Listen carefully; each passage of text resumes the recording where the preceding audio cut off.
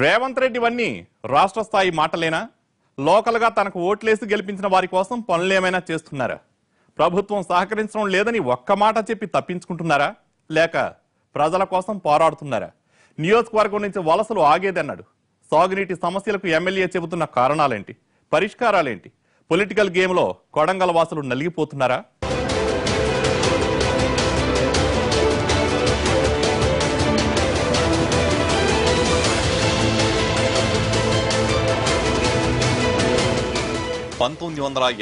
లో ఏర్పాటైంది కొడంగల్ అసెంబ్లీ నియోజకవర్గం. ఇటీవలి జిల్లాల పునర్విభజనలో ఈ సెగ్మెంట్లోని మండలాలు వికారాబాద్, మహబూబ్ నగర్ జిల్లాల పరిధిలోకి వెళ్లాయి. కొడంగల్, కోస్గి, బోమ్రాజ్పేట, దౌలతాబాద్, మద్దూరు మండలాలు ఇందులో ఉన్నాయి. 1,94,000 మంది ఓటర్లలో 65% బీసీలు, 15% ఎస్సీలు, 10% ఎస్టీలు, మిగతా 10% ఇతరులు ఉన్నారు. 2014 ఎన్నికల్లో కొడంగల్ నుంచి గెలిచారు Telangana Telugu Desam party working president Revanth Reddy. గతంలో కాంగ్రెస్ లో ఉన్న గురునాథ్ రెడ్డి తర్వాత టీఆర్ఎస్ లో చేరి రేవంత్ మీద పోటీ చేశారు. ఎన్నికల ప్రచారంలో తాను 3 ప్రధాన హామీలు ఇచ్చారని, ఏదీ నెరవేరకుండా రాష్ట్ర ప్రభుత్వం అడ్డుపడుతోందంటున్నారు MLA. Narayanpet, Kodangal lift scheme ని పక్కకు పెట్టేశారని, సిమెంట్ ఫ్యాక్టరీ, రైల్వే లైన్ విషయంలో కేసీఆర్ సర్కార్కి అస్సలు శ్రద్ధ లేదని ఆరోపిస్తున్నారాయన. కోయిల్ సాగర్ నుంచి 350 గ్రామాలకు నీళ్లు తీసుకురావాలి, ప్రతి గ్రామానికి ఇంటింటికి నల్ల ఇవ్వాలనే పథకాన్ని మేము తీసుకొచ్చినాం. కానీ ఈ పథకం పూర్తి చేస్తే రేవంత్ రెడ్డికి, తెలుగుదేశం పార్టీకి మంచి పేరు వస్తుందని చెప్పి ఆ పథకాన్ని పక్కన పెట్టిరు. ఈ మధ్యకాలంలో ప్రభుత్వం మీద తీవ్రమైన ఒత్తిడి చేయడంతో ఆ పనులను మళ్ళీ మొదలు పెట్టడం జరిగింది. మేము నికర జలాలతో తెచ్చుకున్న నారాయణపేట, కొడంగల్ లిఫ్ట్ ఇరిగేషన్ మీద ప్రభుత్వంలో జరుగుతున్న అవినీతి బండారం బయటపడుతుందని చెప్పి ఈరోజు వాళ్ళు ఆ ప్రాజెక్టును కూడా పక్కన పెట్టడం జరిగింది. అయినా ఈరోజు ప్రభుత్వం మీద పోరాటం చేస్తున్నాం, తక్షణమే ఆ ప్రాజెక్టును పూర్తి చేయించుకోవడానికి. మూడోది, కేంద్రంలో మా ప్రభుత్వం వచ్చిన తర్వాత హైదరాబాద్, బీజాపూర్ నేషనల్ హైవేని మంజూరు చేయించుకున్నాం. టెండర్లు కూడా అయిపోయినాయి, ఇప్పుడు పనులు జరుగుతున్నాయి. మహబూబ్ నగర్ జిల్లాలోనే 167 గ్రామ పంచాయతీలకు రోడ్లు లేవు. ఇవాళ వాటిని మంజూరు చేయమంటే గవర్నర్ గారి ప్రసంగంలో కూడా మేము మంజూరు చేయబోతున్నామని చెప్పి ఇప్పటి వరకు నిధులు మంజూరు చేయలే. అంటే ప్రభుత్వము ప్రతిపక్షాల నియోజకవర్గాలలో అభివృద్ధిని అడ్డుకోవడానికి విధానపరమైన నిర్ణయాలను కూడా వాయిదాలు వేసుకుంటున్నారు. కొడంగల్ టౌన్, కార్గిల్ నగర్ లో రోడ్లు సరిగా లేవు. కొన్ని చోట్ల అయితే ఉన్నాయన్న సంగతి కూడా తెలియనంత ఘోరంగా తయారయ్యాయి. డ్రైనేజ్ సదుపాయం సక్రమంగా లేక ఇబ్బంది పడుతున్నారు స్థానికులు. మురుగు పొంగి పొర్లి ఇళ్లలో ఉండలేకపోతున్నామంటున్నారు. अब घर के सामने अगर बाहर निकले तो गिरखोज पड़ना पड़ता हमारा. अब जीना कैसा गरीब आदमी, क्या घरों को देखना, मोहरों को देखना, क्या पेट को खाने को देखना. कितना भी बोले तो सुनते नहीं, क्या भी नहीं. నియోజకవర్గంలో సాగంతా వర్షాధారంగానే జరుగుతుంది. ప్రాజెక్టులు పొలిటికల్ గేమ్ లో చిక్కుకుపోవడంతో రైతులు ఇబ్బంది పడుతున్నారు. నాయకులు ఆధిపత్యం కోసం కాకుండా మా గురించి ఆలోచించి నిర్ణయాలు తీసుకోమంటున్నారు. మా ఊరు పరిస్థితి సీసీ రోడ్లు లేవు, ఏం లేవు. వాటర్ తాళీలు మాత్రం ఉన్నాయి అంతే. ఇక బోర్డులో నీళ్ళు లేవు, నీళ్ళు తక్కువ, వాటర్ లేవు. పొలాలు ఎట్లా చేసుకుంటున్నారు? అట్లా కొన్ని ఉన్న కాడికి చేసుకుంటాం అంతే. వచ్చిన కాడికి ప్రాజెక్టులు మాత్రం లేవు మా వద్ద. ఏం మా ఎమ్మెల్యే వాళ్ళు అక్కడ చూసుకుంటారు, అక్కడనే పోతారు అంతే. మా వరకు ఏం లేవు. మా ఊళ్ళో సీసీ రోడ్లు కూడా ఏం లేవు. స్థానికంగా ఉపాధి అవకాశాలు లేకపోవడంతో భారీగా వలస వెళ్తున్నారు ఇక్కడి యువకులు.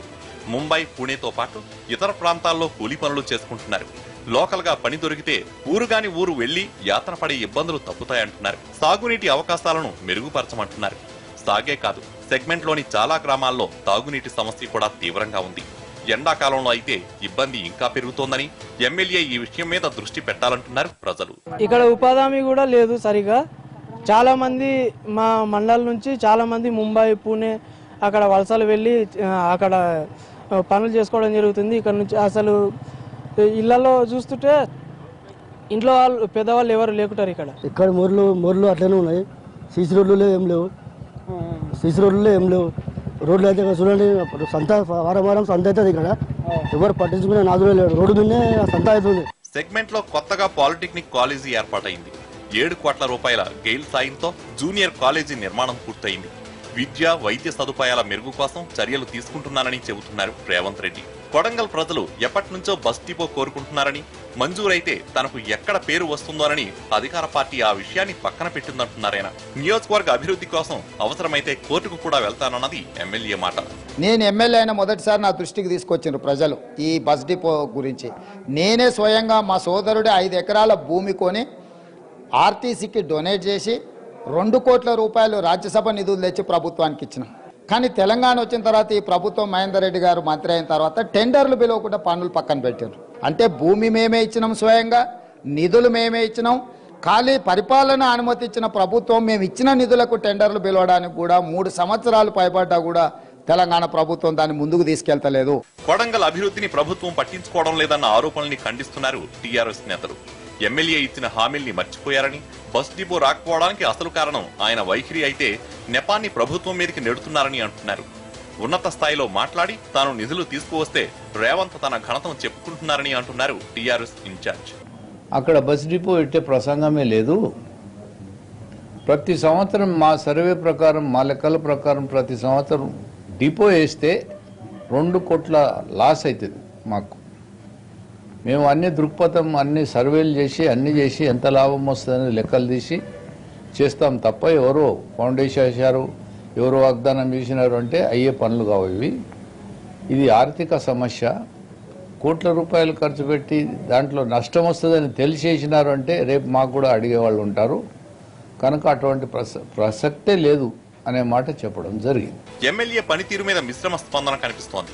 కొందరు రేవంత్ను సమర్థిస్తుంటే మరికొందరు అసంతృప్తి వ్యక్తం చేస్తున్నారు. ఆయన ఎమ్మెల్యే అయ్యాకే నియోజకవర్గం అభివృద్ధి చెందిందనే వాళ్ళు ఉన్నారు. చేస్తున్నారు సార్, శాతనారాయణ చేస్తున్నారు సార్. అతని ముందు వరకు ఏం లేకుండా మాట అతను వచ్చినప్పుడు డెవలప్ అయింది, డెవలప్ చేసిన రోడ్లు ఇవి అవి మంచిగా చెప్పించాడు. అతను వచ్చినప్పుడు ముందు వాళ్ళు ఏం వేడదాన్ని కంపెనీ వాడే మాట. మేము ఎప్పుడు కూడా మాట్లాడతారు, మేము ఏడో ఇంటికి మాట్లాడతాడు, ఏడైనా మాట్లాడతాం, ఎప్పుడైనా మాట్లాడతాం, ఏడైనా మాట్లాడతాం. ఏమప్ప మేము చూసేలేము అతన్ని. ఎప్పుడు వస్తాడో ఎప్పుడు పోతాడో తెలియదు మాకు. అసలు మాకు ఎప్పుడో జమానా కింద కనిపించిండు అతన్ని. ఈ ఊళ్ళోకి ఒకనాడు వచ్చిండు, మీ ఊరికి రోడ్ వేపిస్తా, మీ హనుమంది గుడి మొత్తం మీద కట్టిపిస్తా అని చెప్పిండు. అదే చెప్పుకోం, ఇంతవరకు మళ్ళా లేదు. రాజకీయంగా చూస్తే టీడీపీ వర్కింగ్ ప్రెసిడెంట్ గా, స్టేట్ పాలిటిక్స్ లో కీలకంగా ఉన్నా లోకల్ గా తన పునాదుల్ని పటిష్టం చేసుకునే విషయంలో శ్రద్ధ తీసుకుంటున్నారు రేవంత్. ఊరూరా సొంత నెట్వర్క్ ని తయారు చేస్తున్నారు. అది ఆయన బలమైతే ప్రభుత్వ సంక్షేమ కార్యక్రమాలే ఈసారి మాకు కలిసి వస్తాయన్నది టీఆర్ఎస్ ధీమా. గతంలో పోలిస్తే బలం పెరిగిందంటున్నారు.